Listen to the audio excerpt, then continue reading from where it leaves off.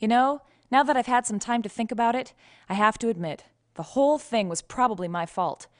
I could blame Nate, who started the fight, or I could blame Motion, who threw my notebook off the roof, but they were just doing what they do. Anyway, here's the story. Our show is always having revenue problems, and when we ran out of money last month, we all pitched in to raise some cash.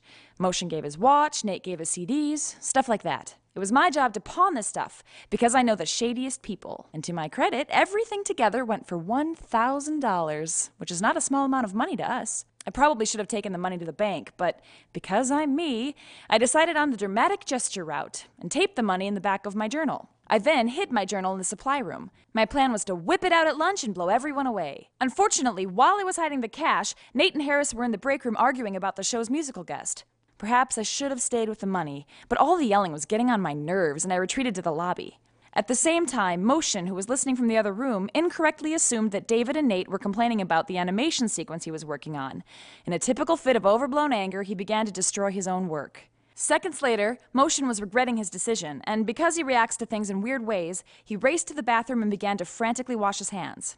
I don't know why he does this whenever he feels remorse, but it's important to note that his hands are covered in soap. Nate, who finally decided he needed to get away from his argument with Harris, interrupted Motion in the bathroom and forced him to leave without drying his hands. Motion, who was unwilling at that moment to talk to Harris, retreated to the supply room and, thanks to those wet hands, slipped on his face. And that's how he found my notebook.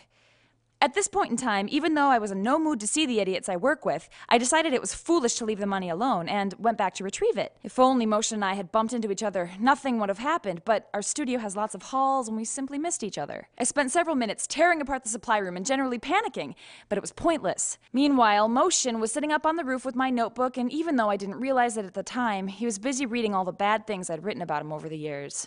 Motion was so close then. If he had only turned the page, he would have seen the envelope, but at that very moment, Harris decided to apologize to Nate. But thanks to Motion's tangled animation, he accidentally shoved Nate into the water cooler. That was it for Nate. Even though he was upstairs, Motion could hear the yelling and didn't turn the page. That's when I reached the roof. I was the last person Motion wanted to see right then, and with a simple flip of the wrist, he sent my notebook and the money right over the edge.